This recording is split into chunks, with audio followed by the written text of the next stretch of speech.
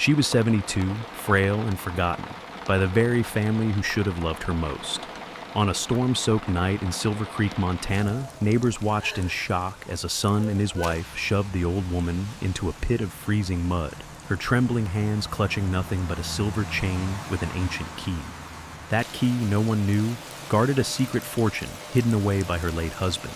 But fate placed a police officer and his loyal German shepherd, Ranger, at that very corner of despair. What they uncovered was not only abuse and betrayal, but a mystery of inheritance that could either be lost to greed or become the salvation of an entire town. And when the truth finally came to light, her last act of trust would change everything. What happened next will shatter your heart, mend it again, and make you believe that justice and compassion still walk among us. Before we start, tell me, where are you watching from? Drop your country in the comments. I'd love to see how far this story travels. The town of Silver Creek crouched in the shadow of pine-covered ridges, its narrow streets shining like glass beneath the hammer of winter rain. It was the kind of storm that bent branches low, rattled the loose siding of houses, and reminded everyone in this small Montana town just how far they were from the wider world. Porch lights flickered, curtains drew shut, and the diner's neon sign glowed feebly through the downpour.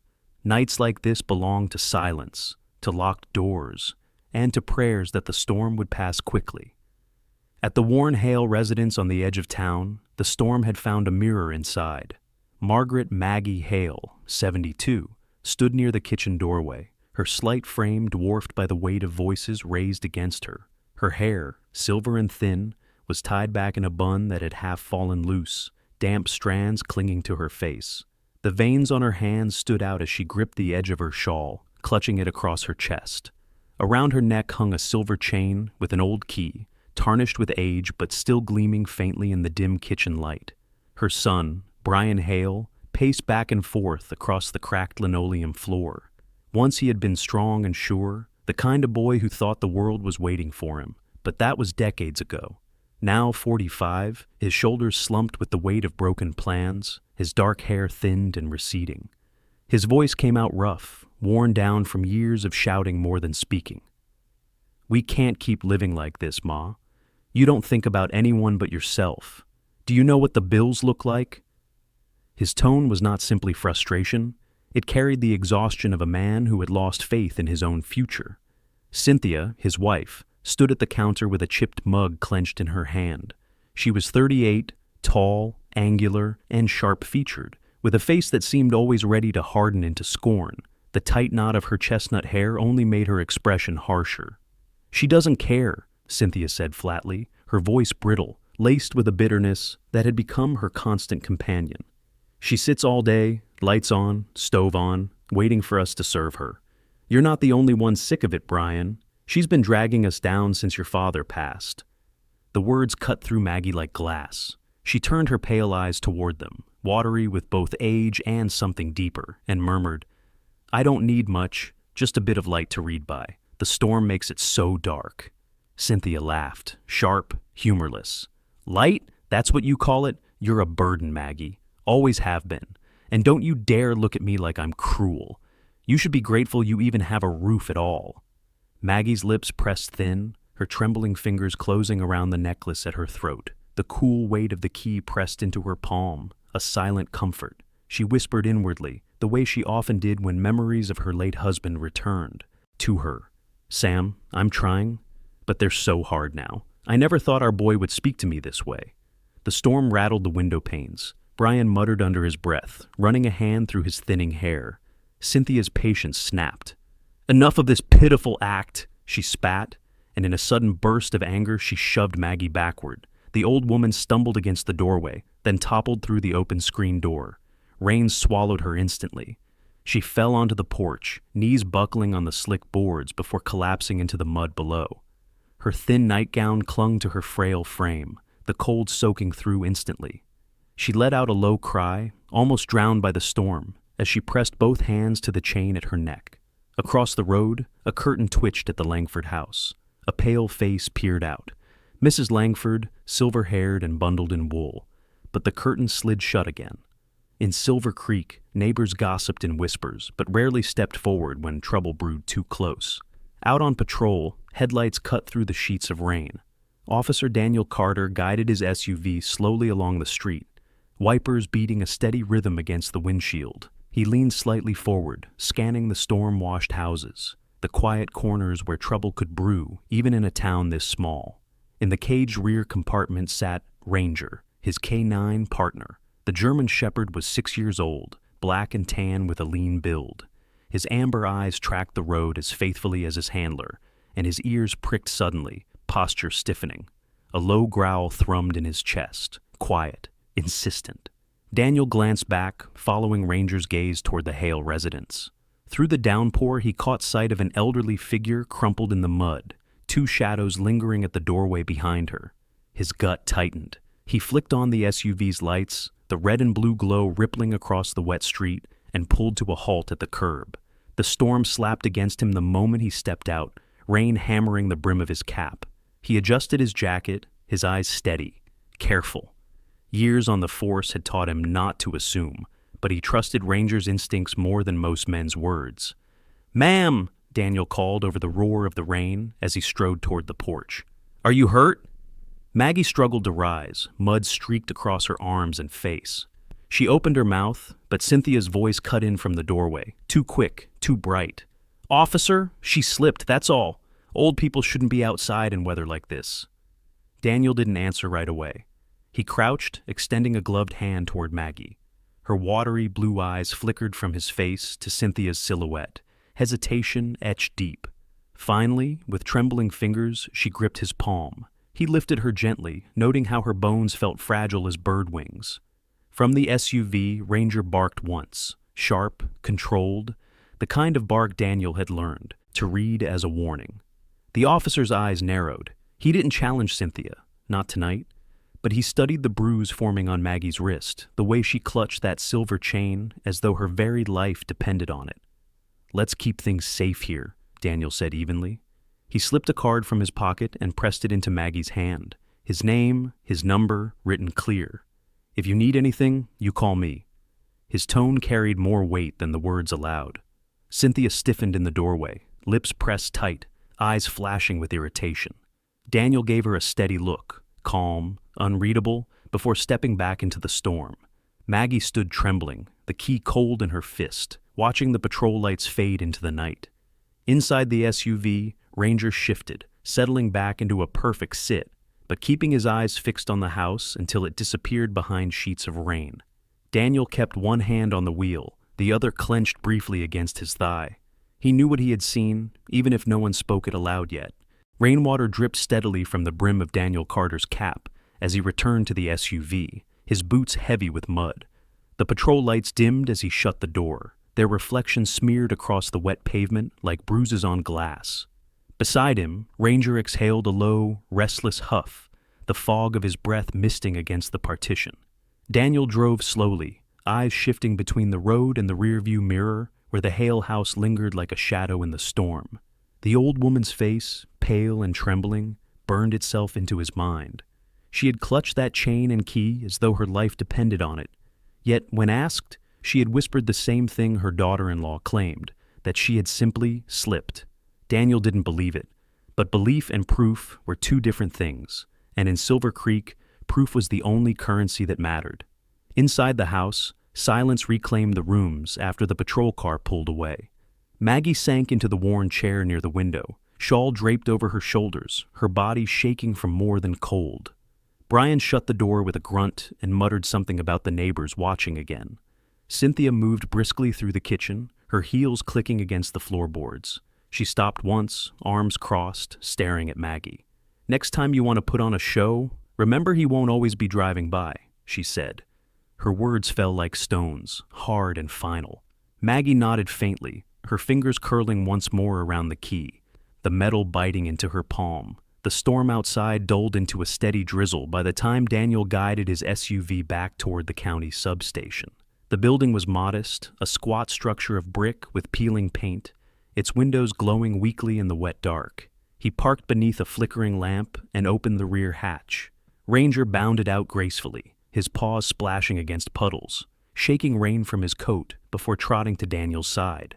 The shepherd carried himself with disciplined calm, his movements precise and sure, yet his eyes tracked every sound with sharp awareness. A scar across his left ear twitched faintly, a reminder of an early training accident, but it only seemed to make him fiercer in presence. Ranger had been raised in the program since he was a pup, molded by hours of drills, but Daniel knew the dog's steadiness came not just from training, it came from instinct, the kind that could sense a lie in the air even before humans spoke it. Inside the station, the night shift hummed with a kind of tired rhythm. Phones rang occasionally, the faint buzz of a radio filled the space, and the smell of old coffee lingered like smoke.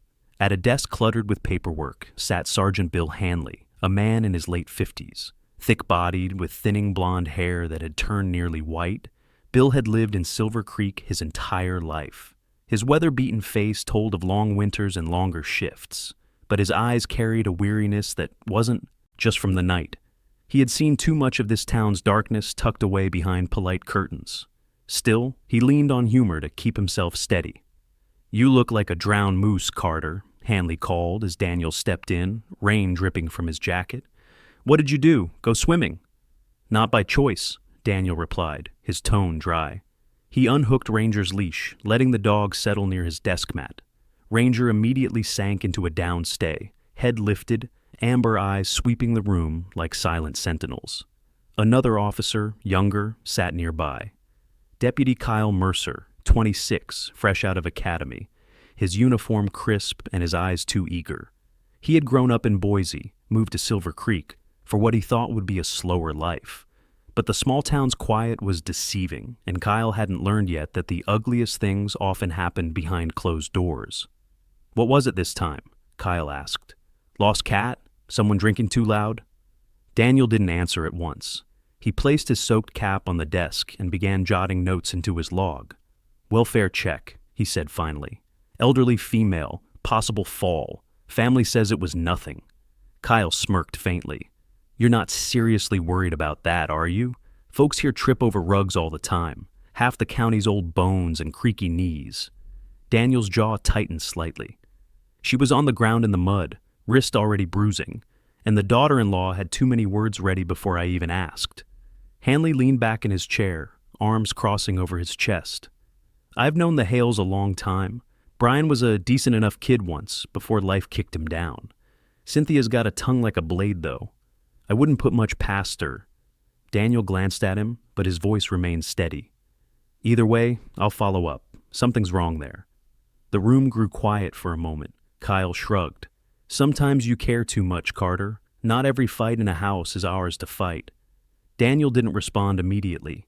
He sat back, eyes flicking to Ranger, who had lowered his head onto his paws but remained watchful, ears flicking at each shift of sound.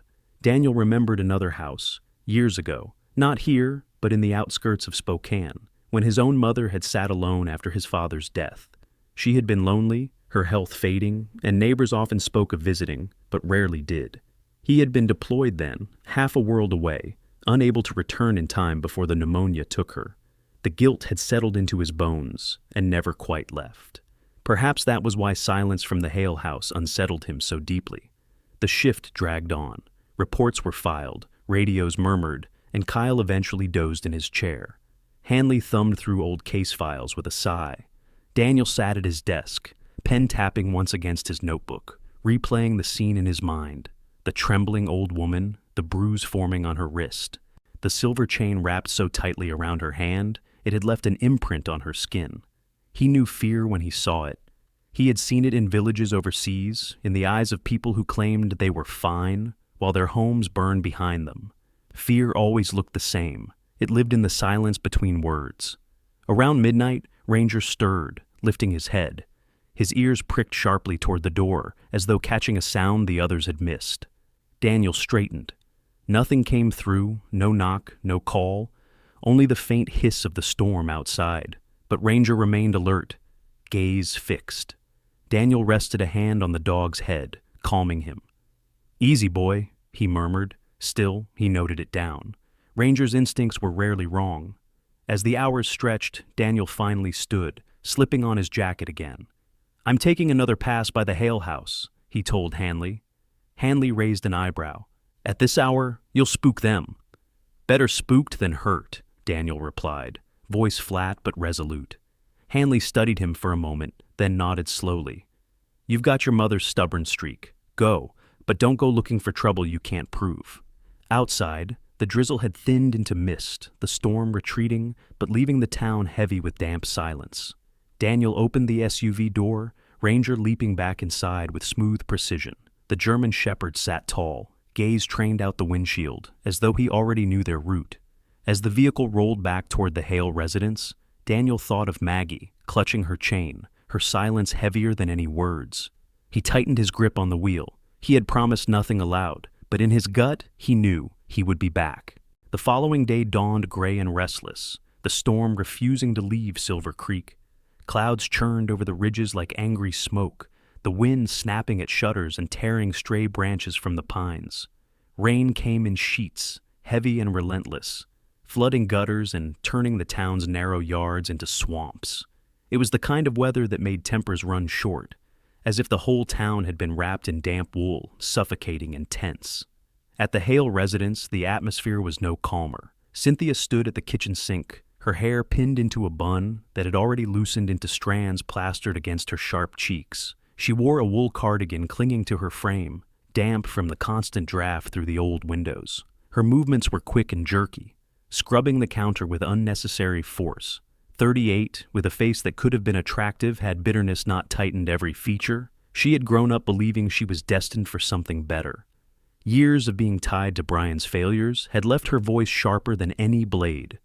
When the storm outside matched the storm inside, she could not contain her rage.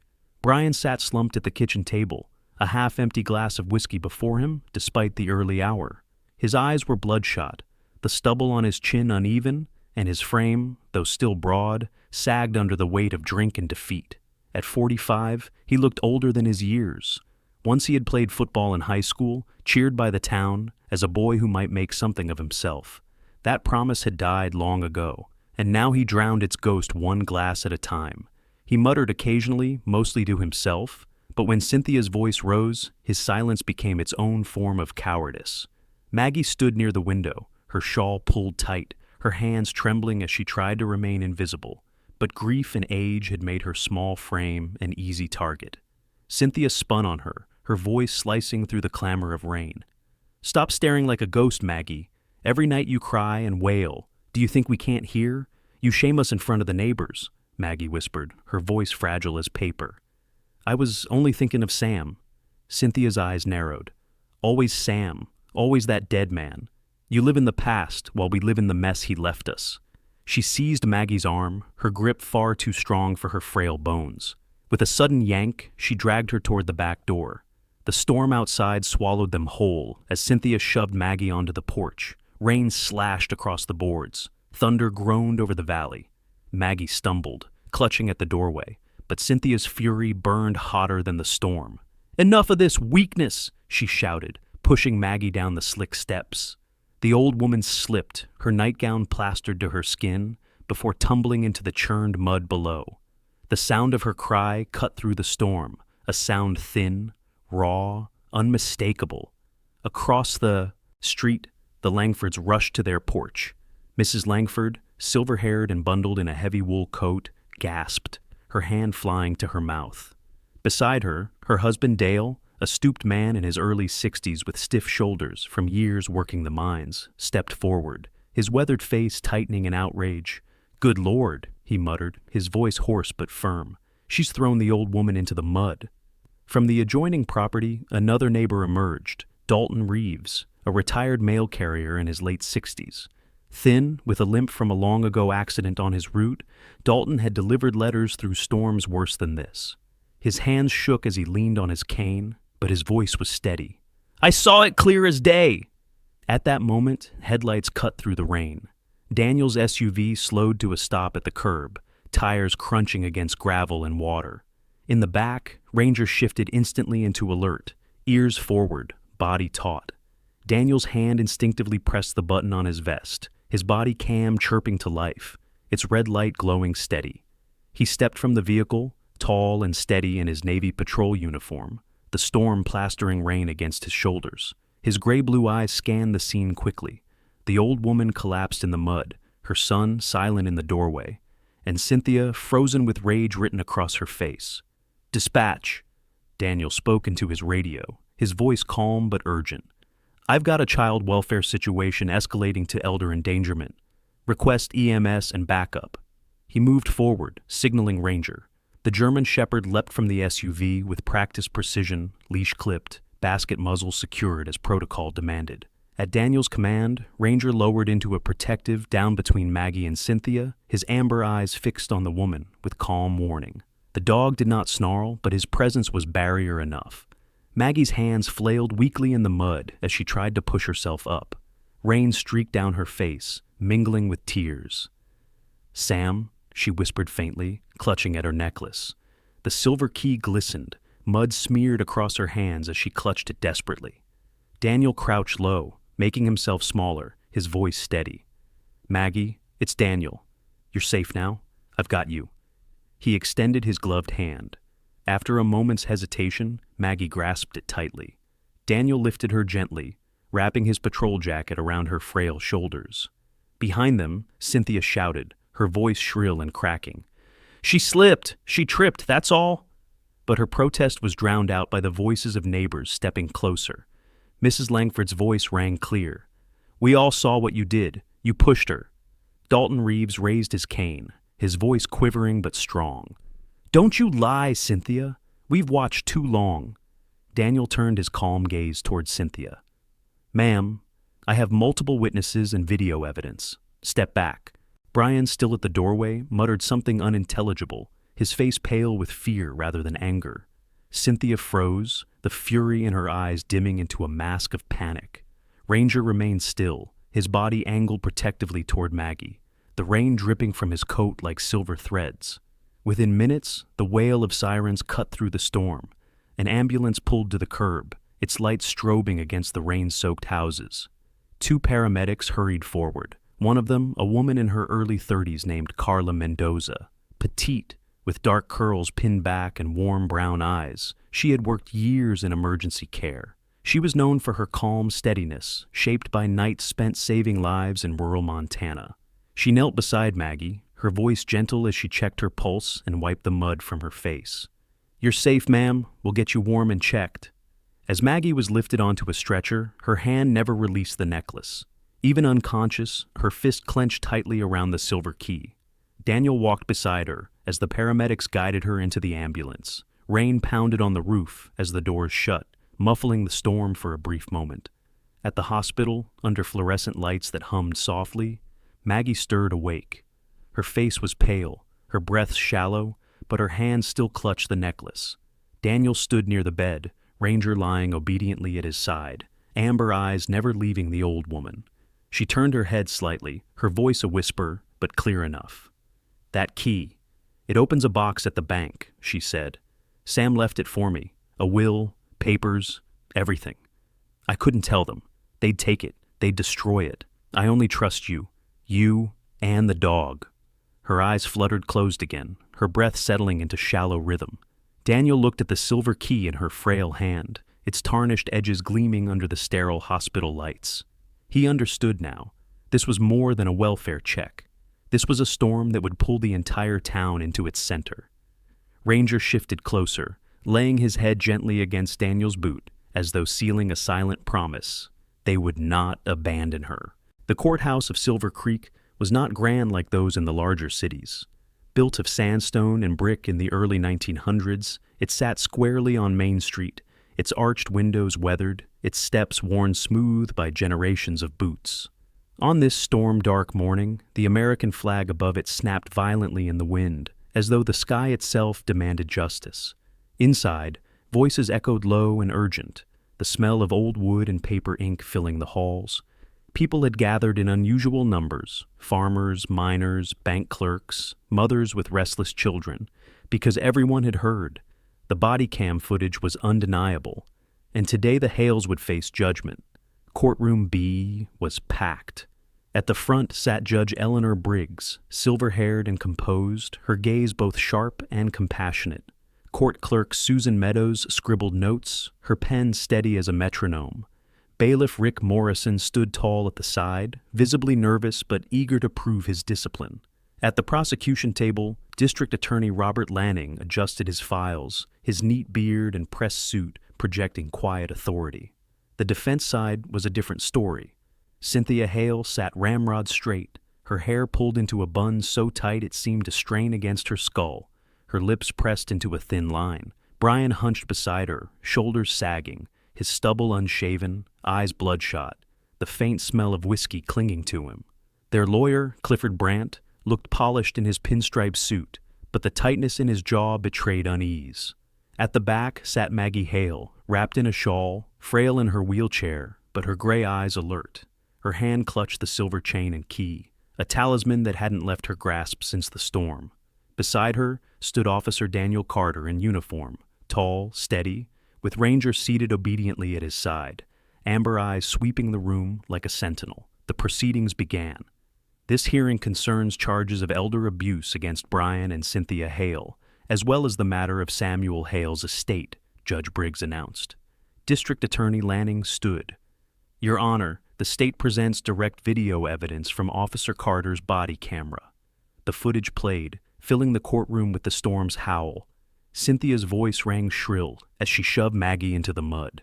Daniel's calm commands followed, Ranger's steady presence visible in the frame as neighbors rushed forward. The silence that followed the video was crushing. This is elder abuse, Lanning said flatly. It is not a misunderstanding. Brandt leapt to his feet. Your Honor, emotions run high in families. My clients never intended harm. This is being twisted into something it was not. But then, neighbors stepped forward. Mrs. Langford's silver head trembled as she declared, I saw it with my own eyes. She pushed her. Dalton Reeves raised his cane, his voice gravelly but strong. That boy cries for help every night. They've tormented her for weeks. Don't let them lie.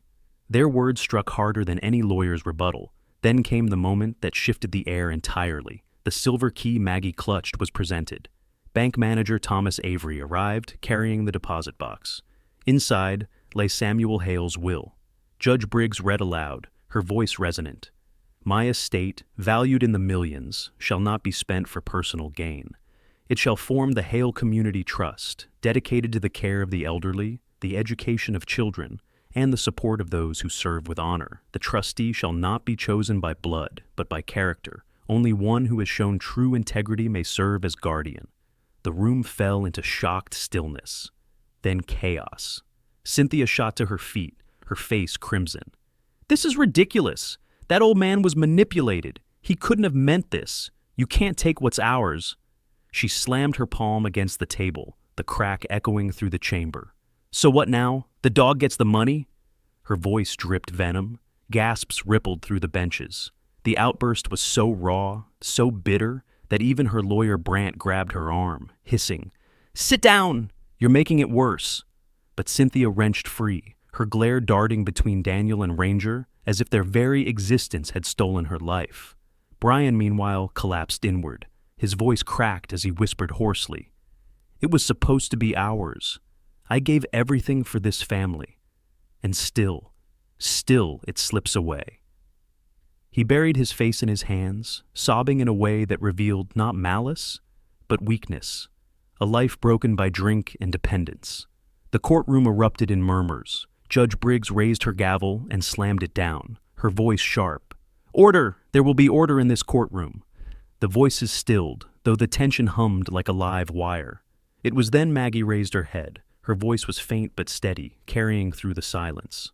Sam knew blood could fail. That's why he left this trust not to family, but to the one who would protect the helpless. And I name Officer Daniel Carter as its first guardian. He and his dog saved me, not just from the mud, but from despair. They showed me what family truly means. Every eye turned to Daniel. He stood straight, but inside, he felt the weight settle heavily across his shoulders. He had not asked for this. Yet Ranger at his side pressed closer, as though to remind him he would not carry it alone. Judge Briggs looked from Maggie to Daniel, her expression firm but softened by respect. Mrs. Hale's testimony will be entered into record. In accordance with the will, the Hale Community Trust will be established under state supervision. Officer Carter is hereby provisionally appointed as its guardian. Cynthia let out a strangled cry, collapsing back into her seat, while Brian slumped lifelessly beside her. The gavel fell once more, echoing finality. The people of Silver Creek, who had come with curiosity, left with something else entirely. The knowledge that justice had not only been done, but had revealed a legacy meant to heal the whole community. Winter loosened its grip slowly in Silver Creek. Snow retreated into rivulets that fed the river. Pine branches shook free of frost, and the mountains emerged once again in hues of stone and sky. The courthouse drama had settled, yet its echo lingered in every conversation at the diner, every nod exchanged on Main Street, every prayer whispered in the old church pews. People spoke less of scandal and more of possibility. For the first time in years, hope felt like something they could carry in their pockets. Daniel Carter had not asked for responsibility, but responsibility had found him. Weeks after Judge Briggs had confirmed his provisional guardianship of the Hale Community Trust, he filed the paperwork to establish a new foundation. He named it Silver Creek Haven Foundation, after the valley that had raised him and the word haven that had been missing in so many lives. The trust funds were placed under careful management by Teton Valley Bank, with oversight from a committee chosen by the community itself. Daniel insisted on transparency, something he knew would build trust in a town where suspicion lingered easily. The first step was the old library building on Ash Street. Its roof sagged, its shelves were coated in dust, and for years it had stood abandoned, a place children dared each other to enter.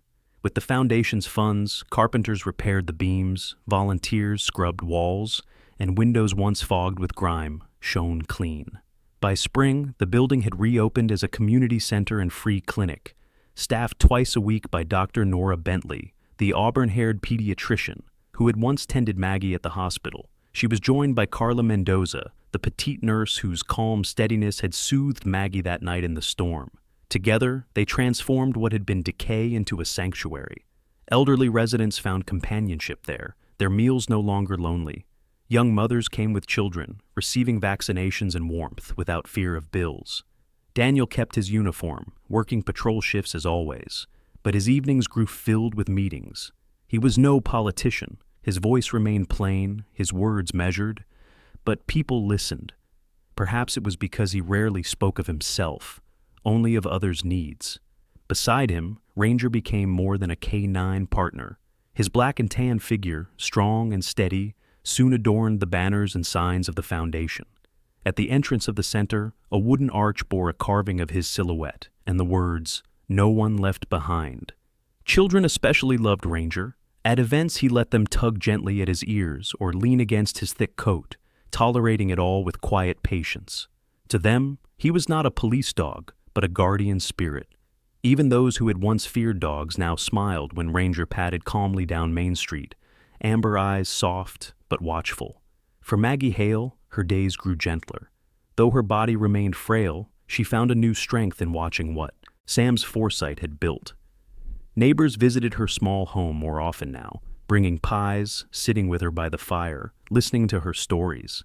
She became less a victim and more a matriarch again, her dignity restored by the very community that once turned its head. The foundation's work rippled outward. A small scholarship fund was created for high school students. An after-school program filled the gymnasium with laughter and bouncing basketballs. Retired miners found purpose as mentors. Even Brian, under court-ordered rehabilitation, began showing up quietly at the construction site when volunteers were needed. He spoke little, but the sweat on his brow and the steadiness of his hammer showed a man trying, in halting steps, to mend what he had broken. Cynthia, however, left Silver Creek altogether. Rumor placed her in Idaho, bitter and alone. Few mentioned her name. The highlight of the spring came in May, when the river swelled with meltwater, sparkling beneath the lengthening daylight. On its grassy banks, the town gathered for a ceremony. Folding chairs lined the meadow, banners of the foundation fluttered, and children darted barefoot near the water's edge. Maggie was wheeled to the front row, a shawl around her shoulders, her gray hair catching the sun. Ranger sat beside her, head held high, as if he knew he was the guest of honor. Daniel stood at the podium, the breeze tugging faintly at his uniform. In his hands he held an envelope, yellowed at the edges. He unfolded it carefully, the paper crackling. "This letter," he began, "was written by Samuel Hale many years ago. He asked that it be read only when his legacy was revealed. These are his words." His voice, low and steady, carried across the meadow. "To those who gather after I am gone, wealth is a tool, not a treasure. Gold and property are dust without purpose. The greatest inheritance is not money, but the practice of mercy. Share your bread, defend the weak, protect the innocent. To my wife, Margaret, I entrust this key. To the one who earns her trust, I entrust the responsibility. And to Silver Creek, I entrust my hope. May no one here be left behind." Daniel's throat tightened as he lowered the paper. For a moment, silence lingered.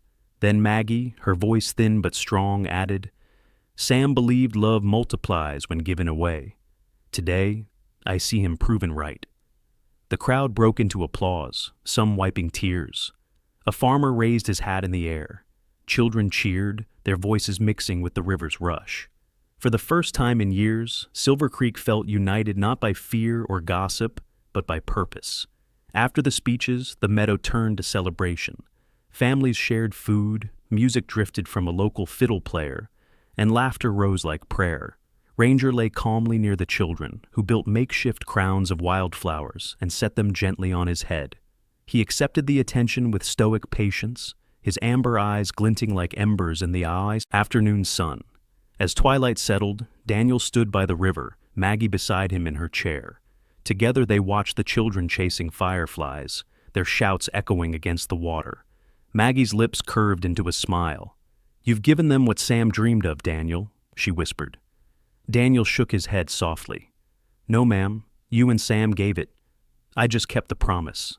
She reached for his hand, her frail fingers pressing against his calloused palm. "Then keep it still. A promise, once made, lives longer than we do."